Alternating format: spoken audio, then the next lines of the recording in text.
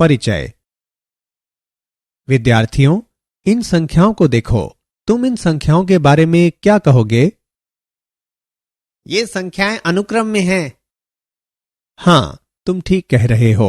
ये संख्याएं अनुक्रम में हैं। सर, अनुक्रम क्या है? आज मैं तुम्हें अनुक्रम और श्रेणी के बारे में बताऊंगा। क्या हम शुरू करें? हाँ सर। उद्देश्य। इस पाठ के अंत में आप निम्न करने में सक्षम हो जाएंगे: अनुक्रम को समझना, अनुक्रम के व्यापक पदों को समझना, परिमित और अपरिमित अनुक्रम को समझना, श्रेणी, सीरीज और श्रेणी, प्रोग्रेशन को समझना, समांतर श्रेणी को जानना, समांतर श्रेणी के गुणों को समझना, समांतर श्रेणी के n पदों का योगफल निकालना, समांतर माध्य निकालना। अनुक्रम कुछ निश्चित नियमानुसार एक निश्चित क्रम में व्यवस्थित संख्याओं का एक समुच्चय अनुक्रम कहलाता है। एक अनुक्रम में दिखने वाली विभिन्न संख्याएं उसके पद कहलाती हैं। एक अनुक्रम के पदों को A1, A2, A3 इत्यादि AN आदि के द्वारा निरूपित किया जाता है। अनुक्रम के nवें स्थान पर nवां पद एक संख्या है और इसे एक n के द्वारा निरूपित किया जाता है। nवें पद को अनुक्रम का व्यापक पद भी कहते हैं। अपरिमित या परिमित। यदि अनुक्रम हमेशा के लिए चलता है तो इसे एक अपरिमित अनुक्रम कहते हैं, अन्यथा यह एक परिमित अनुक्रम कहलाता है। 1, 2, 3, 4 इत्यादि एक बहुत ही सामान्य और एक अपरिमित अनुक्रम है। 20, 25, 30, 35 इत्यादि भी एक अपरिमित अनुक्रम है। 1, 3, 5, 7, 4 प्रथम विषम संख्याओं का एक अनुक्रम है तथा एक परिमित अनुक्रम है। अनुक्रम सामान्यतः एक नियम है जो प्रत्येक पद का मान ज्ञात करने का एक तरीका है। उदाहरण: अनुक्रम 3, 5, 7, 9 इत्यादि 3 से शुरू होता है और हर पद 2 अधिक है।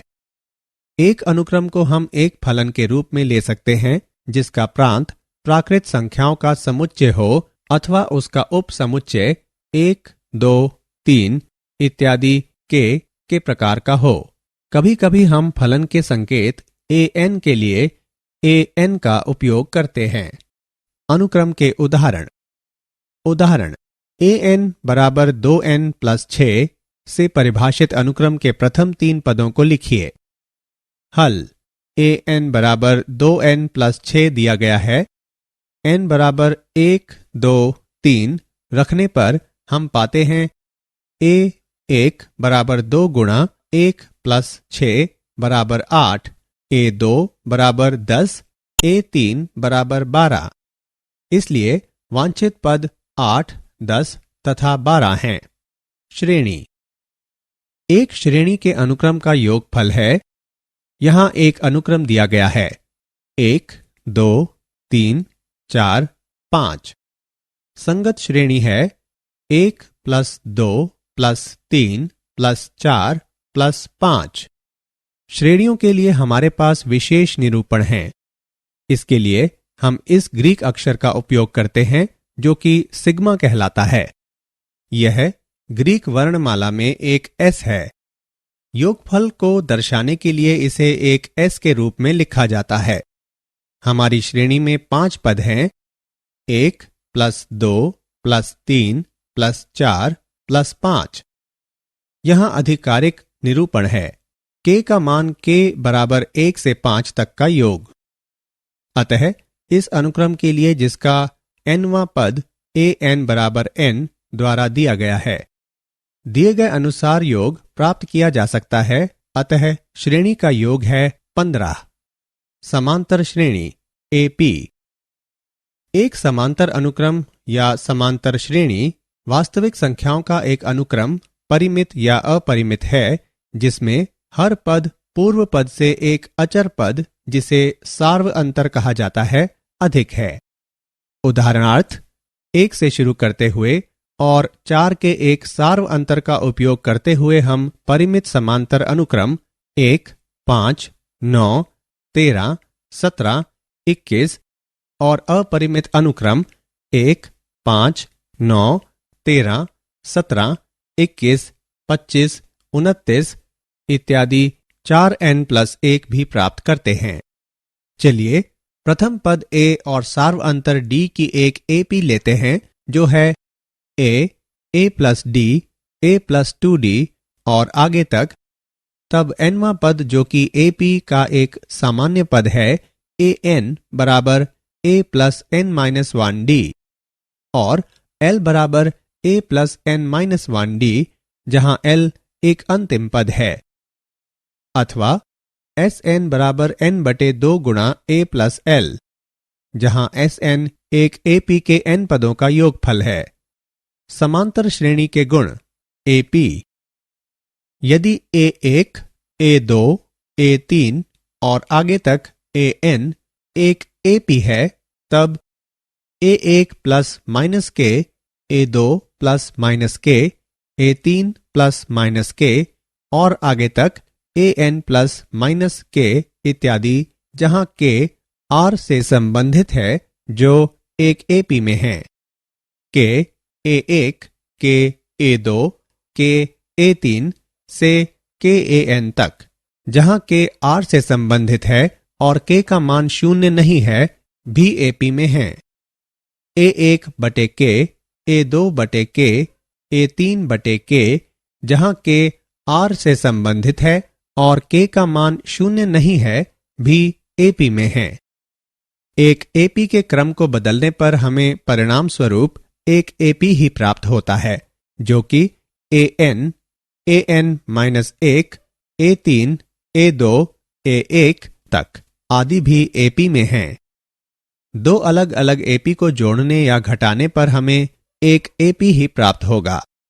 मान लीजिए B1, B2, B3 और आगे तक Bn आदि भी एक AP में हैं, तब A1 plus minus B1, A2 plus minus B2, A3 plus minus B3 और आगे तक An प्लस माइनस Bn आदि भी AP में हैं।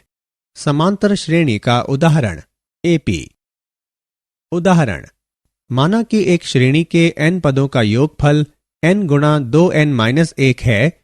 इसका mवां पद ज्ञात कीजिए। हल, माना कि Sm और Sm-1 क्रमशः m और m-1 पदों के योग को दर्शाते हैं। Sm बराबर t1 plus t2 plus t3 plus इत्यादि प्लस tm-1 प्लस tm तक।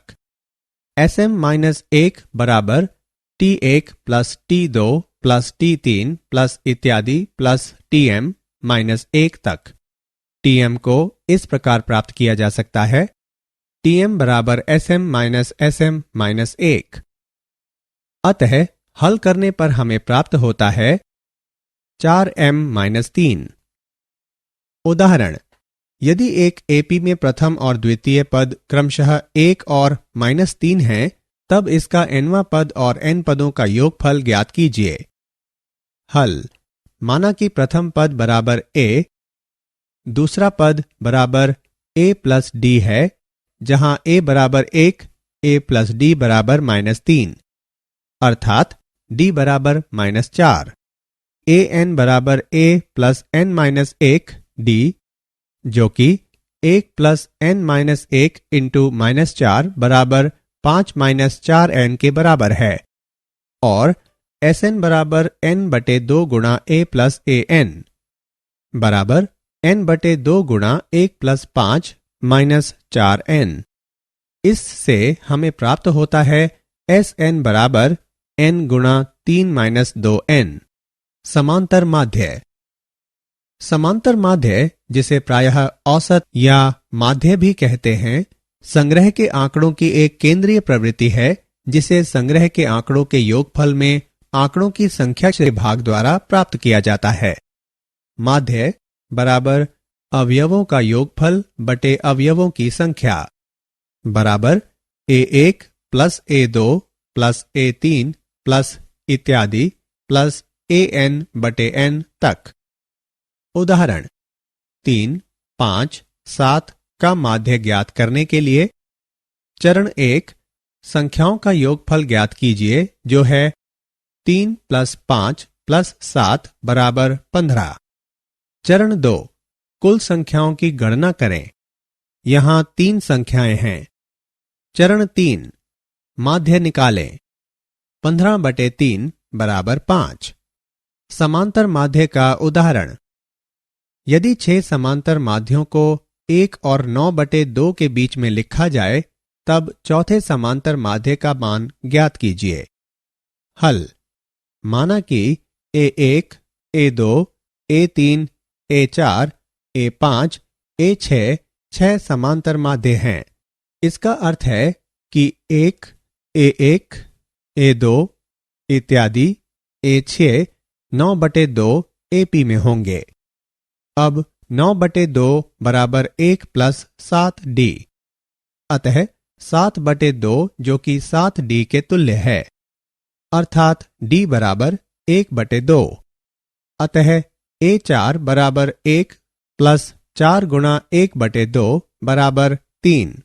क्या आप जानते हैं व्यवस्थित संख्याओं जैसे कि 1, 1, 2, 3, 5, 8 इत्यादि का कोई स्पष्ट प्रारूप नहीं है, लेकिन अनुक्रम की रचना पुनरावृत्ति संबंध द्वारा व्यक्त की जा सकती है।